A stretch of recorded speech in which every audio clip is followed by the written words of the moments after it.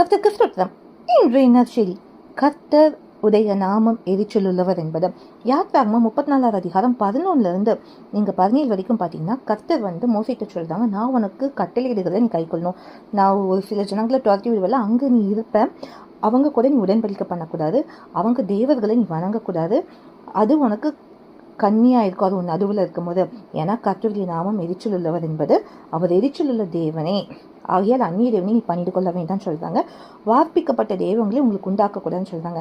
ஏன்னா நீங்கள் அவங்க கூட உடன்படிக்கை பண்ணும்போது நீங்கள் அவங்கள கல்யாணம் பண்ணுவீங்க, அவங்க உங்களை கல்யாணம் பண்ணுவாங்க. அப்படி பண்ணும்போது நீங்கள் அவங்க தேவர்களை வணங்க வேண்டியதுன்னு கர்த்தர் எச்சரிக்கிறாரு இஸ்ரவேல் ஜனங்களை. இன்னைக்கும் கர்த்தர் அதான் சொல்கிறாரு, ஒரு நாளும் அந்நிய நுகத்தில் பிணைப்படக்கூடாது, விக்கிரகத்தை வணங்கக்கூடாது, விக்கிரகங்கள் முன்பாக படைக்கப்பட்டதை சாப்பிடக்கூடாது, மற்ற ஜனங்களோட இந்த மாதிரி காரியங்களை நம்ம உடன்படிக்கை பண்ணக்கூடாது. ஏன்னா கர்த்தர் எரிச்சல்வர், அவர் பரிசுத்தமுள்ள தேவன், அவர் வானத்தையும் பூமியும் படைத்தவர். அதனால ஒருபோதும் விக்கிரகத்தை வணங்காதீங்க, எந்த விக்கிரகத்துக்கு முன்பாக நிற்காதீங்க, விக்கிரகத்துக்கு படைக்கப்பட்டதை புசிக்காதீங்க, அதாவது அந்நிய நுகத்தில் பிணைப்படாதீங்க. அதனால கர்த்தருக்கு பயந்து வாழுங்க. கர்த்தர் பெரிய காரியங்களை செய்வார். அவர் நாமம் எரிச்சல் உள்ளவர். அந்நிய தேவர்களை ஒரு நாள் பணிந்து கொள்ளாதீங்க. தேவனுக்கு மட்டுமே முடிந்தவட்டும்.